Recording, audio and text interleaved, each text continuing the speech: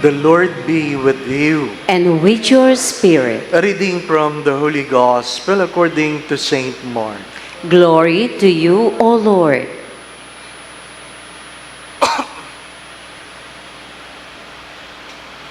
Jesus said to his disciples, in those days after the tribulation, the sun will be darkened, the moon will not give its light, and the stars will be falling from the sky, and the powers in the heavens will be shaken. And then they will see the Son of Man coming in the clouds with great power and glory. And then he will send out the angels and gather his elect from the four winds, from the end of the earth to the end of the sky. Learn a lesson from the fig tree. When its branch becomes tender and sprouts leaves, you know that summer is near. In the same way, when you see these things happening, know that he is near at the gates. Amen, I say to you, this generation will not pass away until all these things have taken place. Heaven and earth will pass away, but my words will not pass away. But on that day or hour, no one knows, neither the angels in heaven nor the Son, but only the Father.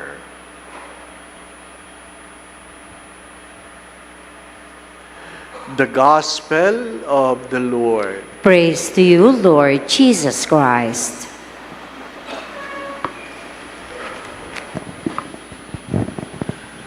When will be the end of the world? The Gospel said, nobody knows. Neither the angel nor the Son, only the Father. Only the Father. Yung mga nag-predict, naguguho na, magugunaw na, darating na paghusga, lahat na nag-predict na yon, patay na. Ano pa? Patuloy pa rin ang mundo. No one knows. But, it will come. Don't worry, it will come. Ano pa? If you're excited, don't worry. It will come. It will come to you, it will come to me, but we don't know when. Sabi ko nga nung nakalipas na araw, surely it will come like a thief in the night, walang paalam. Sabi ng isang pilgrims na nagkukwento sa kanyang kaibigan tungkol sa aming pilgrimage, at sabi niya, ay, hindi pa ako nakakarating doon. Next time, isama mo naman ako. Nagplano sila. After 2 days, nabalitaan niya, patay na yung kaibigan niya. Ganong kabilis ang buhay. Hindi naman tayo palaging dyan nakaupo, hindi po ba, ano? So, hindi mo alam kung yung katabi mo, patayin na. Di ba? I mean, dati mong katabi, patay na, di po ba, ano? Wala. But it will come. Namimili ba ng edad? Wala. Merong mga taong ang tanda na, hindi pa namamatay, di po ba, ano? Tinatanong mo, kailan kaya ito kukunin ni Lord? Di po ba, ano? Ang yumaong Father Eric Santos, nung siya may sakit, actually wala pa siyang sakit, nagkukwentuhan kami, sabi niya, Dave, gusto ko kunin ako ni Lord habang ako ay bata. Kunin ako ni Lord habang ako ay bata. Sabi ko, bakit mo naman gustong kunin ka na ng Diyos habang ikaw ay bata? Sabi niya, kasi gusto ko, pag tinitingnan ako sa kabaong, sasabihin ng tao, ay, sayang, bata pa. Diba, anak? Maganda din yun, no? Ay, sayang, bata pa. Kaysa pag matanda na, ngayon lang namatay ito. Di ba? My dear friends, my brothers and sisters, nobody knows. It will come. It will come. But I would like to focus on the word, go home while you can, because someday you will not. Go home, listen carefully, go home while you can, for someday you will not. Bakit, Father? Bakit? Because the house will remain, but the people you used to gather with will not be there anymore. Hello? Alam natin yon. The house is not the home, and the home is not the house. What makes a home is our relationship. Sometimes, we are too judgmental. We are too rigid. We are too strict with one another. We will not be here forever. The end times will come. We hope in God, but we have to do the things that are doable. Don't worry for tomorrow, as the scripture said. Tomorrow has its own worry. Live today. Live today. Ano sabi ng isang pari? Mamasyal ka habang kaya mo. Hindi yung kung kailan kaluluwa ka na, saka ka na mamasyal. Diba na? O nga naman, ano ba ngayong pinagkakaabalahan? Maraming tao nagte-text kasi malapit na ang Advent. Ano po? At alam naman natin, pag Advent, na pinag-uusapan ay palaging Pasko. Sabi nung isa na nagsisimba dito, sabi niya, 1 month nang wala si nanay. And this will be the first Christmas na wala siya. Yung isa, itong first Christmas na wala yung asawa ko. Anong gagawin ko, Father? Anong dapat gawin? Well, hindi na magbabalik yan. Di po ba, ano? Matagal lang patay ang aking tatay. Hanggang ngayon, hindi naman nawala yung kalungkutan. As I always say this, Christmas light does not make Christmas. Food does not make Christmas. The table does not make Christmas. The Christmas song does not make Christmas. It is the relationship. When we lost our father, everything has changed. Even though we can eat more, we have more food, we have more decoration, but it was not the same anymore. What I'm trying to say, please don't take things for granted. The first reading says, nobody will escape death. Nobody. Nobody will escape death. Don't entertain the thought. Nung na-stroke ako, after makarecover ako, sabi ng mga kaibigan kong pari, sabi, naisip mo ba na mamamatay ka na? Sabi sa akin, ano po? Kasi completely paralyzed eh.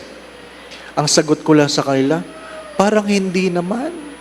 Kasi wala naman ako nakitang mga kamag-anak na patay na sinusundo ako. Di ba? Kasi yun ang palagi sinasabi, di po ba? No? Nakikita na daw nila yung mga kamag-anak nila na namatay. Sabi ko, wala naman. Di ba? Pero ganun nga kaya talaga? Hindi mo alam. Hindi mo alam. Be ready. The second reading reminds us of a God who became human to give meaning on our existence. It is God who gives meaning, not what the world is capable of giving.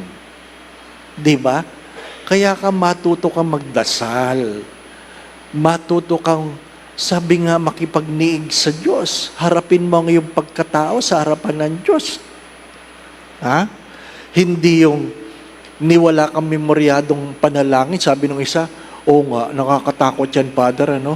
Pag nakakita ka ng multo, hindi mo maalala, hindi mo mabuo yung Hail Mary, no?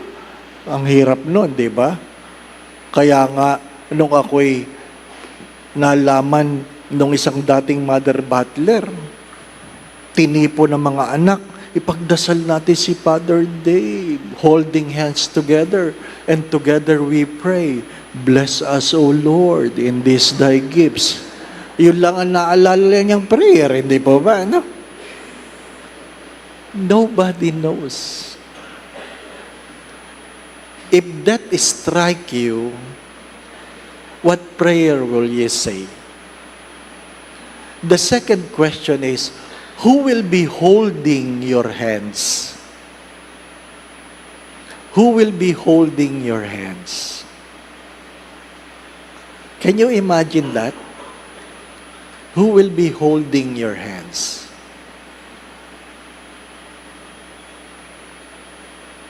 Magandang pagnilayan yun. Kasi mahirap yung binitawan mo ang mga kamay ng nanay mo, ng tatay mo, ng kapatid mo, ng anak mo, ng magulang mo. Tapos ngayon, paalis ka na, naghahanap ka ng kamay na mahahawakan. Di ba? Ano? Wala.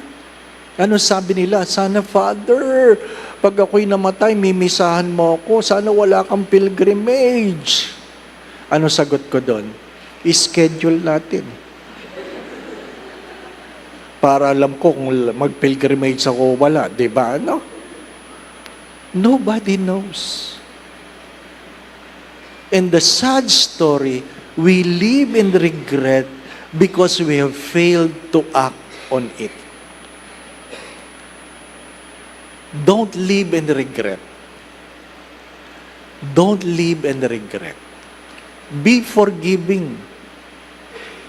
Ha? Mga minamahal na mga kapatid, mahirap yung mag-anak, magkakapatid na nagdidimandahan sa kapirasong mana na hindi naman madadala. At least kaming mahihirap, ang pamana ng magulang, sakit lang. Di ba ba, no? Diabetes, hypertension, gout, yun lang ang pamana. Di ba, no? Kung gusto nyong kunin ninyo. Di ba ba, no? Willingly pamimigay namin. Sabi nga nila, kung ang dugo ay nadodonate, sana ang taba din. Di ba ba, no? Pero hindi. Hindi. As I always say this, what really matters most is not what your hands can hold, but what your hearts can keep. Keep that in mind. Ha? Ano walang kamatayang kwento ko dyan? Yung nag-aaway na magkapatid na inimbitahan pa ako sa kanilang pagtatalo, 3 oras na nagtatalo tungkol sa lupa. Ha? Parang hindi magkapatid yung nag-aaway. Magdidimandahan sa kapirasong lupa. Nandun ako, hindi man lang ako pinagsalita. Di ba? Para ako nanonood ng pingpong kung sino nagsasalita. Nakakapagod yun. Di ba? Pag tumungo kang ganyan, Father, inaantok ka na ba? Hindi po, nakiking ba? Di ba? Natural. Hanggang sa gutom ka na. Nag-iisip ka, ano kayang papakain ito sa akin, di ba? 3 tasa na ako ng kape. Niwala man lang cookies, di ba? Nanginginig ka na. Sa away ng hindi ka naman kasali, di ba ba? Ano? Ano sinabi ko? Yan po bang lupang pinag-aawayan nyo? Madadala nyo sa impyerno? Ano sagot sa akin nung isa? Bakit sa impyerno, Father? Bakit? Sa palagay nyo, makakarating kayo sa langit ng ganyan? Simple lang ang tanong ni Father. At dahil doon, pinauwi akong hindi pinakain. Mga minamahal na mga kapatid, sometimes you need to hear the words you ought to hear. Value the things. Learn to value the things, not the price of the item. Doon sa mga anak, ito'y palagi kong paalala. Ang anak, kahit gaano katanda, anak pa rin. Ang anak, kahit gaano katanda, anak pa rin. Kung meron mang hinahanap ang magulang sa anak, through the years I have learned this. Not the gifts. Listen, children, not the gifts. The parents would always appreciate the kiss and the hug. When they go home, they accept the gifts, put it away, but long for the hug and kiss. Regardless how old you are, regardless how heavy you are, you remain the baby in her hearts. Value the things that the world cannot give. As I assure you, we don't have the luxury of time. Death will come without permission, without even giving you an announcement.